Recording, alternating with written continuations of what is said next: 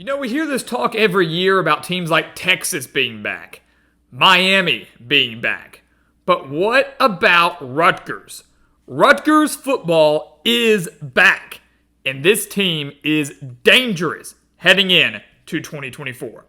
So welcome back to the Gridiron Expert, guys. So glad you could join us today to break down the Rutgers Scarlet Knights. As always, please continue to like, comment, subscribe, share our videos, and check out everything down in the description below. That includes our website, thegridironexpert.com, home to tons of exclusive content, but the biggest, of course, being our expert picks. Some of the best spread picks in the entire country for one of the lowest prices in the country. The earlier you sign up for those, the better. You're going to get tons of exclusive content over there, guaranteed winnings from our channel that has beat out over 80% of the national handicappers each of the last 6 years. Also, sign up for our exclusive newsletters. We send those out every single week to keep you in the loop of what's happening here at the channel, extra analysis, all the stuff there to help you become a member of our GE Nation. So let's talk about Rutgers, guys. Greg Schiano, his second stint in Piscataway, and he has once again rebuilt this football program. Last year, leading Rutgers to their first true bowl game since 2014, winning that bowl game to clinch a winning season at 7-6 with that 31-24 win over Miami. And now this team is just loaded with talent. You look at the offense. They only averaged 23.2 points per game last year. Ironically, that was their best mark since 2020. But 8 starters are back with their key player, their star player, Kyle Monangai at running back. The best running back in the Big Ten last year. Yes, Kyle Monangai was the first Rutgers player to rush for 1,000 yards since 2012, and he led the Big Ten with over 1,200 rushing yards and 8 touchdowns. He returns and is going to be like the workhorse offensively for Rutgers. He's going to be running behind an offensive line that has 123 combined starts, an offensive line that only allowed 15 sacks last year. But the key, more than anything, as great as the running back core is, as great as Monangai is, it's quarterback play. They added in Ethan Kaliak-Manis, the Greek gunslinger, coming in from Minnesota, reuniting with his former offensive coordinator and Kirk Shiraka, who he played under in 2022. That could be a huge boost for Rutgers. They only averaged 138 passing yards per game last year. If they want to take that next step, they've got to improve their passing attack. Kaliak-Manis is a quarterback upgrade, does have some dual threat capability, and they do return their top wide receiver in Christian Dremel and Demir Miller, transferring in from Monmouth after leading the FCS with over 1,200 reception yards last season. So Rutgers as a whole offensively should be better than last year, and hopefully we'll have a more potent passing attack to go along with what we know is going to be a great rushing attack. Defensively, 8 starters back there as well. That's the strength of the team.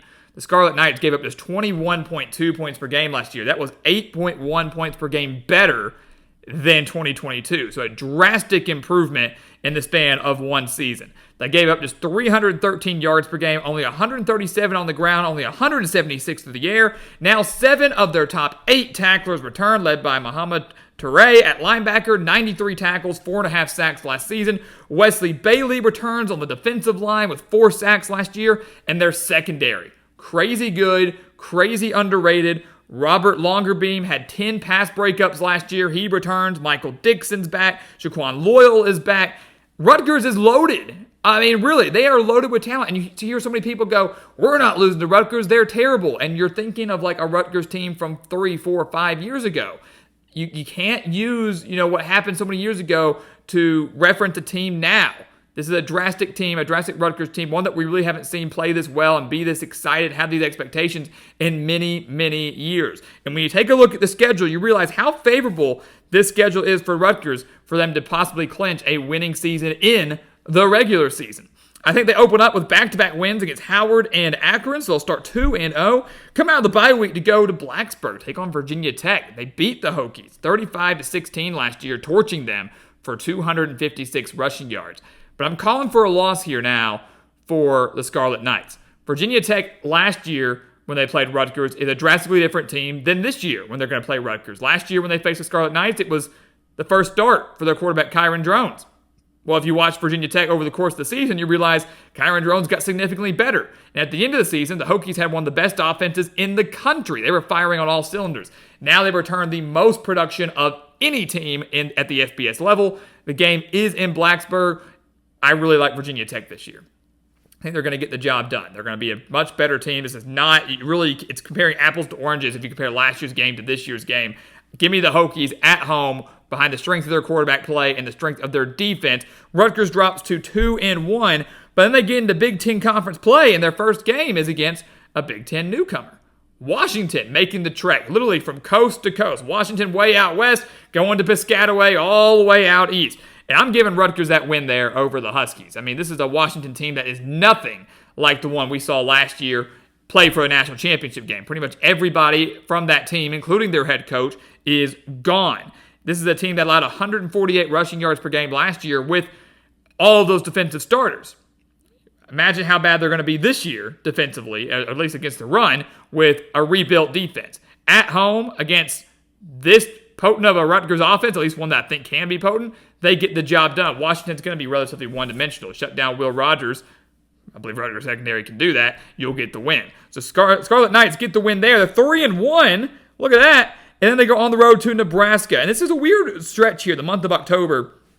Kind of the toughest stretch for Rutgers because Nebraska, Wisconsin, USC, all of those games pretty difficult. I'm not going to lie. They're pretty difficult there. I think the most winnable game is the home game against UCLA. I think they do lose on the road to Nebraska. Nebraska's defense, I think, is maybe a little bit better than Rutgers, especially up front. That Nebraska defense gave up less than 20 points per game last year. They got a very strong front seven, one that I think is only going to get better this year, and they should have a much improved offense. Kind of similar to Rutgers. Quarterback play is what's plagued them over the last few years. A lot of hype surrounding Dylan Raiola. They've got some guys coming back that were injured last year, like Gabe Ervin at running back. Going on the road to Lincoln, very difficult place to play. Give me Nebraska to take care of business against Rutgers, although do not be surprised if this game is relatively low scoring. But I do think they dropped that game. They are 3-2, but only one conference loss. So, hey, hopes of the Big Ten title still alive. And they stay alive because I think they're going to beat Wisconsin and UCLA both at home. So give them up to 5 wins.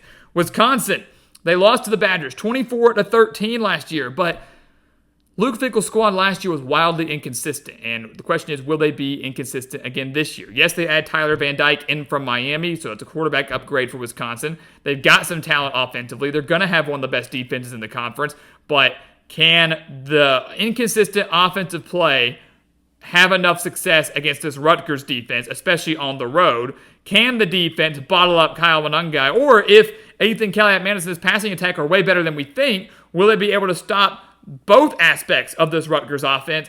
I don't really feel comfortable picking Luke Fickell's squad in Piscataway. Give me Rutgers, and then definitely give me Rutgers against UCLA. Talk about a long road trip, literally once again, coast to coast, because that totally makes sense in this world of college football. UCLA, like Washington, traveling from the West Coast all the way to the East Coast, and a UCLA team now in their first year of a head coach in Deshaun Foster. I think they're going to have a solid offense, but it's their defense that has some question marks, and really is a matter of how quickly their defense comes together. So I think the Bruins hang with Rutgers for about a half. The Scarlet Knights pull away in the second half. They clinch their 5th win. Things are looking good.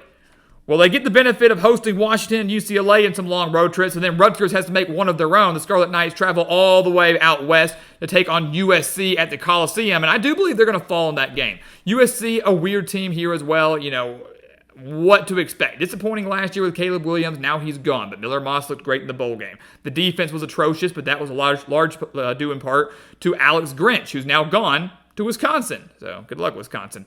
This USC team, I don't think is a Big Ten title contender this year. I don't think they're going to challenge for a national title or a playoff spot or anything this year, but they are going to be better than I think people expect.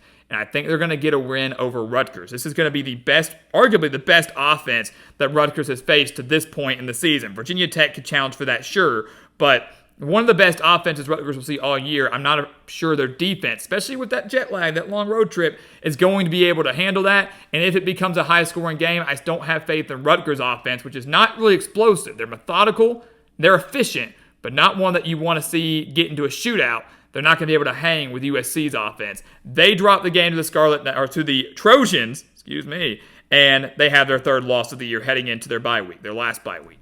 The beauty of this, though, is you're sitting there with 5 wins. You just need one more to go bowling. That's what they want to get to, right? They want more than that, but bowling would be key. The month of November after the bye week is really, really favorable. I mean, Minnesota, Illinois, Michigan State, all teams that had a losing record last year. Maryland on the road, obviously a winnable game with the loss of Talia Tagovailoa. So I'm going to tell you right now, I think they beat Minnesota. The 8th and Calumet Manus reunion game, if you want to call it that. But Rutgers off a week of rest against a Minnesota team that is a weird team this year. I mean, they're either going to be pretty dang good or pretty dang bad. There's really no middle ground for the Golden Gophers. They've got a tough schedule, should be improved roster-wise, but we heard that story before. PJ Flex squads have kind of underperformed. I don't think they have enough to beat Rutgers in Piscataway. I think the defense of Rutgers shows up and shows out, and the rushing game for Rutgers, once again, steals the show. They allowed 149 rushing yards per game last year. Monangai has his day. They beat Minnesota. They clinch bowl eligibility. They're back in the postseason. Second year in a row, they reached 6 wins. That's an accomplishment in and of itself, but now the Scarlet Knights want more, right? And rightfully so. They go on the road to Maryland. I think they'll lose that game. I hate to say it, I really do, but Maryland owns Rutgers right now.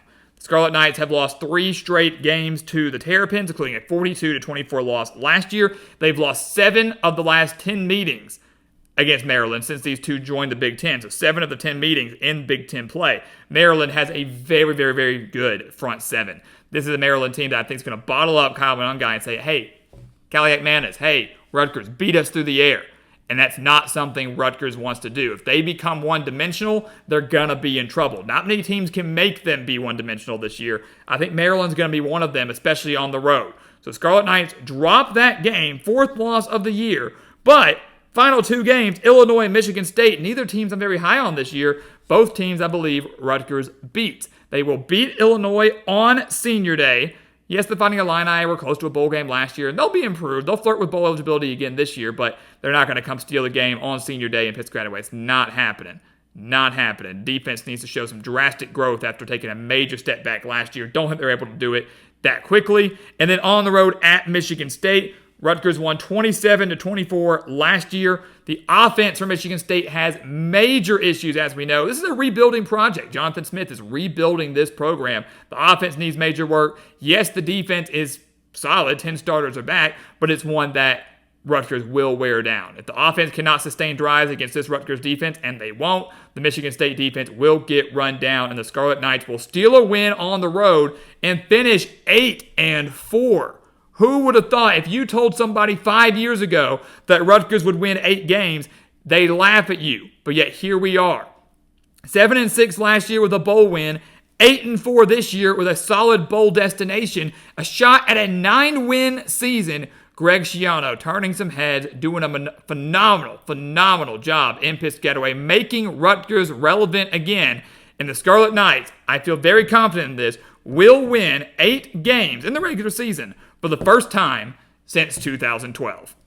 So guys, as always, thank you so much for watching us here at the Gridiron Expert on YouTube. Make sure to continue to like, comment, subscribe, share our videos, and of course, check out everything down in the description below. That includes our website, thegridironexpert.com, home to those expert picks and to those exclusive newsletters. Do not miss out on those. We want you to take advantage of them. Become a member of our GE Nation. And once again, as always, thank you so much for watching, and we'll see you next time right here on the Gridiron Expert.